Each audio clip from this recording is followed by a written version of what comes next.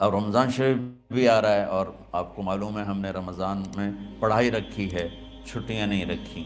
جب میں نے حسنین شروع کیا 1999 میں، تو اللہ نے میرے دل میں یہ بات ڈالی کہ رمضان تو علم کا مہینہ ہے، انا انزلناہ فی لیلۃ القدر، اور چاروں آسمانی کتابیں رمضان میں اور سارے صحیفے رمضان میں۔ اپنے اللہ کو کیا پسند تھا اس مہینے کا۔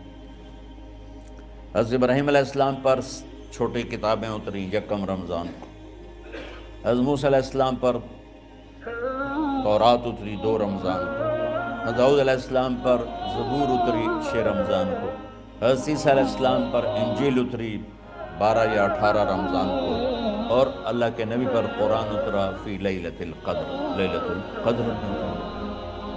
تو سارا آسمانی علم رمضان میں اترا۔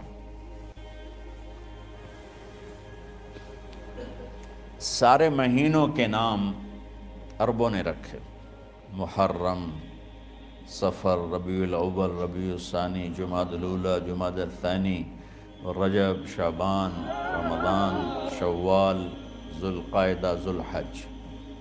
اس میں جو رمضان ہے یہ نام اللہ نے رکھا، باقی مہینوں کے نام تو رکھے عربوں نے۔ پھر ان کی زبان پہ اللہ لایا رمضان، چونکہ ابھی تو دنیا بھی نہیں بنی تھی اور اللہ نے قرآن کی تلاوت فرمائی تھی، تو اس قرآن میں تھا شہر رمضان الذی انزل فیہ القرآن۔ تو رمضان کا نام اللہ نے پہلے سے چن رکھا تھا، پھر ان سے رکھوا دیا۔ رمضان کہتے ہیں رمض یرمض، جل جانا، جل جانا۔ رمضان کو رمضان کیوں کہتے ہیں؟ کہ اس میں گناہ جل جاتے ہیں۔ مسلمان پہلا روزہ رکھتا ہے اور اس کے گناہ اللہ جلانا شروع کرتا ہے، اس کی بھوک پیاس کی آگ میں گناہوں کو ڈالتا ہے، جلاتا ہے۔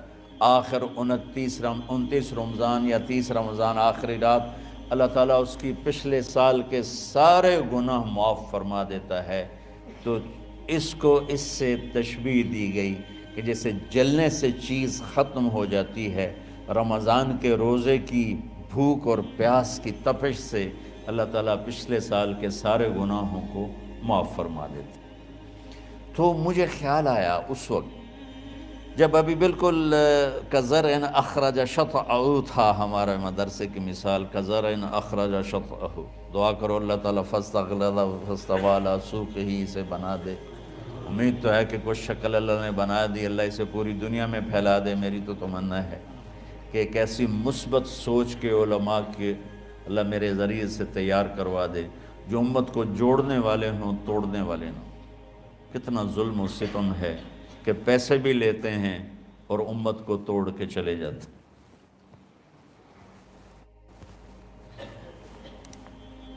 میں نے ایک خطیب سے کہا تم یہ منفی تقریریں کیوں کرتے ہو، تم مثبت کیوں نہیں کرتے؟ تھوڑی چیزیں ہیں بتانے کے لیے لوگوں کو جس پر سارے مسائل، سچ بولو، کون سا مسئلہ کس کے خلاف کہے گا، محبت کرو، کس مسلک کے خلاف ہے یہ بات، ماں باپ کی خدمت کرو، رزق حلال کماؤ، شراب سے بچو، زنا سے بچو، جوئے سے بچو، سود سے بچو، رشوت سے بچو، جھوٹ سے بچو، ظلم سے بچو، ماں باپ کی نافرمانی سے بچو۔ یہ کتنی باتیں ہیں جو امت کو بتانے کی ضرورت۔ کہنے لگا یہ پھر پیسے نہیں لبدے، پیسے ہی اس گل دے لبدن کہ آج تسی فلانے آندہ توا لین بجامنا، اگر میں توا نہ لگاؤں تو میں تو نہ پیسے ہی نہیں دے من۔ تو یہ اس وقت سٹیٹس ہے، تو کیا پیغام جائے گا؟ تو اللہ تعالیٰ آپ کو مثبت بنائے۔ رمضان میں چونکہ سارا علم اترا تو مجھے خیال آیا کہ ہمیں رمضان میں چھٹی کرنا تو ایک ایسی عادت ہے، کوئی سنت تو ہے نہیں، تو مجھے رمضان میں پڑھائی کروانی چاہیے، چاہے تھوڑی ہوگی، روزے کی بھوک بھی ستائے گی اور رات کے جاگنے کی وجہ سے نیند بھی ستائے گی، لیکن اس میں ایک لفظ سینکڑوں لفظوں پہ بھاری ہوگا غیر رمضان۔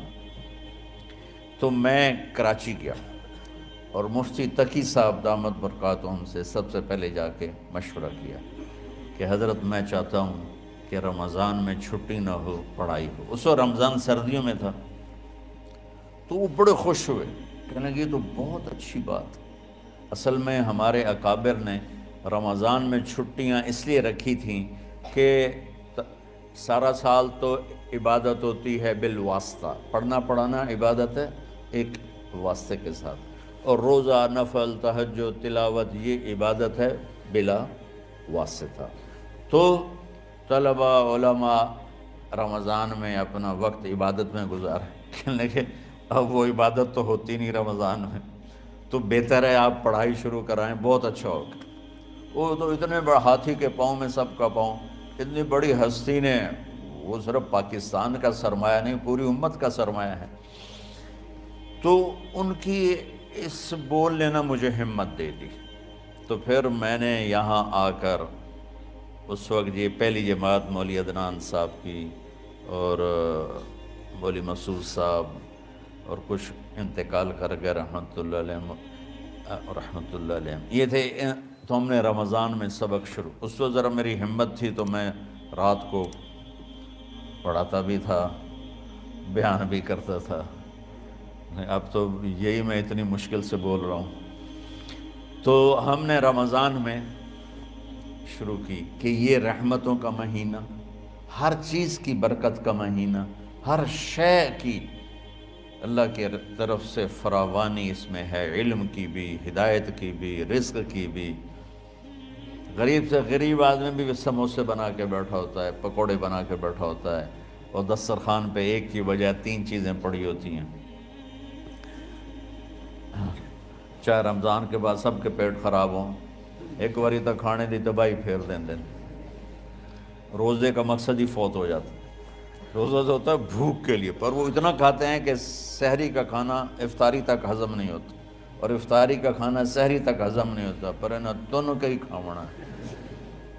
کہتا بھوک نہ لگے، بھوک نہ لگے۔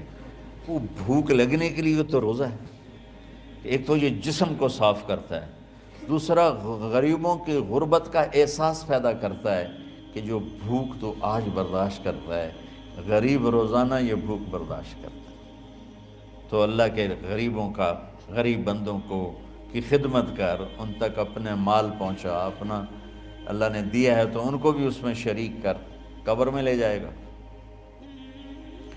تو اللہ تعالیٰ نے میرے دل میں یہ ڈالا، تو ہم نے تعلیم رمضان میں شروع کی، کیونکہ قرآن رمضان میں اترا، انجیل رمضان میں اتری، زبور رمضان میں اتری، تورات رمضان میں اتری، پھر اللہ نے اس مہینے کا نام خود رکھا شہر رمضان، شہر رمضان۔ اس میں شب قدر رکھی، اس میں رات کی ایک نماز۔ اچھا، پہلی امتوں پہ روزہ فرض تھا افطاری سے افطاری، افطاری سے افطاری، بہت شدید تھا، 24 گھنٹے کا روزہ، بس افطاری کے بعد آنکھ لگ جاتی تو روزہ اگلا شروع ہو جاتا تھا۔ تو ہم پر بھی پہلے ایسے ہی روزہ اترا، افطاری سے افطاری۔ تو ابن سرمہ رضی اللہ تعالی عنہ اونٹ چرانے والے تھے، وہ شام کو لوٹے تو بیوی سے پوچھا کوئی افطاری کا سامان ہے؟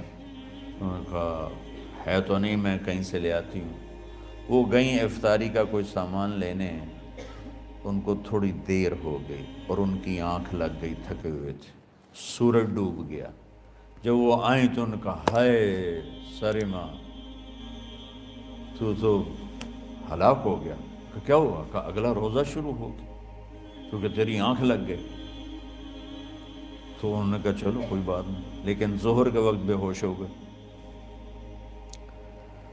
ایک روایت میں آتا ہے نماز پڑھنے آئے اور گر گئے، اور ایک میں آتا ہے گھر میں بے ہوش ہوئے۔ تو جو بھی صورتحال تھی اللہ کے نبی کو پتہ چلا۔ کیا ہوا سرمہ کو؟ کہا جی وہ افطاری کر نہیں سکے تو روزہ شروع ہو گیا تو بے ہوش ہو گئے۔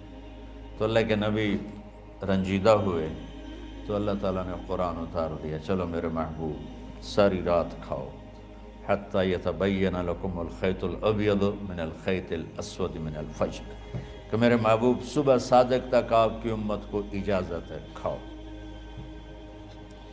پہلی امتوں پر افطاری سے افطاری، لیکن ان کی نماز تراویح نہیں تھی، تو ہمیں اللہ تعالیٰ نے دیا سحری تک، پوری رات۔ اچھا ایک صحابی آئے، یا رسول اللہ میں تو مارا گیا۔ آپ نے کہا کیا ہوا؟ کہا میرا روزہ تھا، میں بیوی کے پاس چلا گیا۔ آپ نے کہا تو پھر تو غلام آزاد کر، کفارہ دے۔ کہا جی میں تو خود غریب آدمی ہوں، غلام کہاں سے آزاد کروں، خریدنا پڑے گا۔ آپ نے کہا 60 مسکینوں کو کھانا کھلا۔ کہ میں آپ مسکین ہیں، میں کینوں کھانا کھلاؤں؟ آپ نے فرمایا پھر آخری ہے کہ 60 روزے رکھ، مسلسل رکھنے ہوتے ہیں جو کفارے کے ہوتے ہیں۔ وہ کہنے لگا ایک روزے چاہے کم کیتا ہے، 60 روزے اچ میں کی کروں گا؟ تو آپ نے فرمایا اچھا ٹھیک ہے بیٹھ جا۔ بیٹھ گئے۔ تھوڑی دیر ہوئی تو ایک انصاری صحابی کھجوروں کا ٹوکرا لے کر آیا کہ یا رسول اللہ یہ صدقے کی کھجوریں ہیں، تقسیم فرما دیں۔ تو آپ نے فرمایا بھائی وہ کدھر ہو؟ کہا جی بیٹھا ہوں۔ آپ نے کہا ادھر آ، یہ کھجوریں لے جا اور 60 گھروں میں تقسیم کر دے۔ سبحان اللہ، اللہ نے اس امت کو لاڈ لڈائے ہیں، یہ اللہ کی لاڈلی امت۔ عجیب واقعہ یہ، کہنے لگا یا رسول اللہ، اللہ کی قسم مدینے میں مجھ سے غریب کوئی نہیں، آپ ایسا کرو یہ میرا کفارہ مجھے ہی صدقہ کر دو۔ تو آپ اتنا ہنسے کہ یہ آخری دانت نظر آنے لگے۔ بہت کم ایسا ہوتا تھا، فَضَحِكَ حَتَّى بَدَتْ نَوَاجِذُهُ، ایسا ہنسنا آپ کبھی کبھی ہنستے تھے کہ آخری دانت پورا منہ کھل جائے۔ تو آپ اتنا ہنسے کہ آخری دانت تک نظر آنے لگے۔ تو آپ نے کہا اچھا جا لے جا تیرے واسطے، لیکن یہ صرف تیرے لیے اور کسی کے لیے نہیں ہے۔ تو جب ایسی خیانت ہوئی تو اللہ تعالیٰ نے دوسرا حکم بھی اتار دیا، باشروہن، کہ تمہارے لیے بیوی بھی حلال ہے، کھانا بھی حلال ہے جب تک صبح صادق نہیں ہو جاتی۔ لیکن اللہ نے ہمیں ایک نماز عطا فرما دی جس کو ہم آج صلاۃ التراویح کہتے ہیں۔ میرے نبی کے زمانے میں اسے قیام اللیل کہا جاتا تھا۔ تراویح کا نام کب پڑا اس کا تو مجھے پتہ نہیں، کہیں نہ کہیں لکھا ہوگا، لیکن صحابہ کے دور میں اس نماز کا نام تھا قیام اللیل۔ اس لیے حضرت عائشہ رضی اللہ تعالیٰ عنہ کی روایت ہے جس سے 8 رکعت والے حضرات استدلال کرتے ہیں کہ رمضان اور غیر رمضان میں اس کو امام بخاری نے قیام اللیل کا ہی عنوان دیا ہے، آپ نے 11 رکعت سے زیادہ نماز نہیں پڑھی۔ ایک ضعیف روایت میں ہے کہ آپ نے 3 دن پڑھائی نماز، یہ تو صحیح روایت ہے۔ کتنی رکعت پڑھائی؟ تو ایک ضعیف روایت میں ہے کہ 20 رکعت پڑھائی۔ اچھا ضعیف روایت سے عبادت ثابت نہیں ہو سکتی، حکم شرعی۔ تو جب حضرت عمر رضی اللہ تعالیٰ عنہ نے سب کو، اب میرے نبی کے دور میں 3 دن کے بعد آپ تو آئے نہیں کہ کہیں فرض نہ ہو جائے، تو صحابہ اپنے طور پر قرآن سنتے تھے ٹولیوں میں۔ صدیقی دور میں 2 سال وہ فتنوں میں گزرا، تو اس میں بھی اسی طرح چلا کہ ٹولیوں میں ہوتے تھے۔ حضرت عمر رضی اللہ عنہ کے زمانے میں حکومت مضبوط ہو گئی، طاقتور ہو گئے، تو ابتدائی سالوں میں نہیں، چند سالوں کے بعد اب مسجد میں تشریف لائے تو لوگ اس طرح کوئی 4 ادھر 4 ادھر 5 ادھر 10 ادھر 20 ادھر، تو کہنے لگے ان کو ایک ہی امام پہ جمع کر دیا جائے تو کتنا اچھا ہوگا۔ تو آپ نے سب کو اکٹھا کیا اور ابی بن کعب رضی اللہ تعالیٰ عنہ کو امام بنایا اور سب کو ایک نماز پہ جمع کر کے 20 رکعت کا حکم عطا فرمایا۔ تو حضرت عمر کا یہ عمل اس حدیث کو مضبوط کر دیتا ہے کہ چونکہ میرے نبی نے کہا علیکم بسنتی و سنت الخلفاء الراشدین من بعدی، کہ میری اور میرے خلفاء راشدین کی سنت پر مضبوطی سے عمل کرنا۔ تو حضرت عمر کا جو 20 رکعت طے کرنا ہے، اگر ان کا اپنا اجتہاد ہے تو بھی ہمارے لیے عمل کے لیے کافی ہے، اور اگر ان کو یہ یاد ہے کہ میرے نبی نے 20 پڑھی تھیں تو اور زیادہ اچھی بات ہے۔ لیکن بہرحال جو 8 پڑھتا ہے ہمارا اس پہ بھی کوئی اعتراض نہیں، چونکہ وہ بھی حدیث کے ساتھ بات کرتا ہے، اور باقی پوری امت 20 پڑھتی ہے ان پر بھی اعتراض نہیں۔ میں ایک جگہ سے گزر رہا تھا، نماز کا وقت ہو گیا، اہل حدیث کی مسجد تھی، میں وہاں نماز پڑھنے چلا گیا تو ایک بہت بڑا اشتہار لکھا ہوا تھا، 20 تراویح ثابت کرنے والے کو 5 لاکھ روپے انعام۔ کہ کس قدر بے وقوفی ہے اور کس قدر احمقانہ یہ امت کی باتیں ہیں کہ 20 تراویح، سینکڑوں سال سے امت کا عمل 20 تراویح آ رہا ہے۔ تراویح کا نام جو پڑھا مجھے یوں لگتا ہے کہ اہل مکہ، یعنی اہل مکہ جو تھے نا، وہ 4 تراویح پڑھ کے ایک طواف کرتے تھے، تو وہ آرام کے لیے ہوتا، ترویحہ آرام، تھوڑی دیر کا آرام، تو 4 تراویح کے بعد ایک طواف کرتے تھے۔ وہ چھوٹا سا طواف 10 منٹ میں ختم ہو جاتا تھا، اور پھر 4 تراویح پڑھتے تھے، پھر طواف کرتے تھے، پھر 4 پڑھتے تھے، پھر طواف کرتے تھے۔ یہ صحابہ کے تھوڑے بعد کے دور کی بات۔ تو مدینے والوں کو پتہ چلا کہ مکے والے تو یہ کرتے ہیں، وہ کہنے لگے اساں کی کریے؟ انہوں نے کہا اسی 40 تراویح پڑھیں گے، 40 رکعت، وہ 40 رکعت پڑھتے تھے۔ تو نوافل میں کوئی سختی نہیں کہ بھائی 8 سے زیادہ نہیں پڑھنی، بدعت ہو جائے گی، اور 20 پڑھنا بدعت ہے، یہ سب جہالت کی بات ہے۔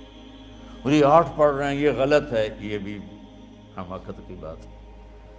جو صحیح حدیث سے دلیل پکڑ کے کوئی عمل کرتا ہو تو بھائیو اس سے بحث نہ کیا کرو، مناظرہ نہ کیا کرو، یہ بہت نادانی والی بات ہے۔ اور امت کا خلق لاکھوں کروڑوں انسانوں کا ایک عمل پہ جمع ہونا، یہ بذات خود اس کی طاقت کی ایک دلیل۔ اور حرمین جب سے میرے رب نے حضرت عمر نے 20 رکعت شروع کی، آج تک وہاں بھی ساری مساجد میں 8 رکعت تراویح ہوتی ہے، لیکن حرمین کی مسجد میں 20 رکعت، ادھر بھی ادھر بھی۔ اور یہ جو وہاں ختم قرآن پہ دعا نہیں مانگی جاتی، یہ کس کا عمل ہے؟ حضرت عثمان کا۔ حضرت عثمان نے اپنے دور خلافت میں تراویح پڑھانے والے سے کہا جب قرآن ختم کرو تو دعا کرنا۔ وہ کہنے لگے جی کیا دعا کروں؟ کہ جو تیرے دل میں آیا کرنا۔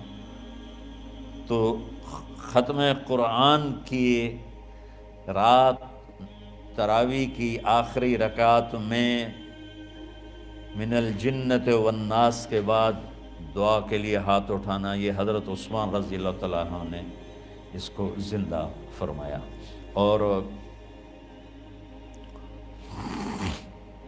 امام دعا کرتا تھا 1 منٹ، 10 منٹ، 20 منٹ، جتنے بھی، اور پیچھے لوگ آمین کہتے تھے۔ وطر کی جماعت نہیں ہوتی تھی، وطر کو باجماعت حضرت مولا علی رضی اللہ تعالیٰ عنہ نے شروع کی کہ وطر کو بھی باجماعت پڑھا جائے۔ تو یہ ان کی سنت ہے کہ وطر کو باجماعت پڑھا گیا۔ تو اب یہ لہٰذا یہ سارے سنت جو کام ان خلفۂ راشدین سے ہوا وہ بھی سنت ہے۔ تو اللہ نے ہمیں ایک عبادت دے دی کہ میرا قرآن پڑھو اور سنو۔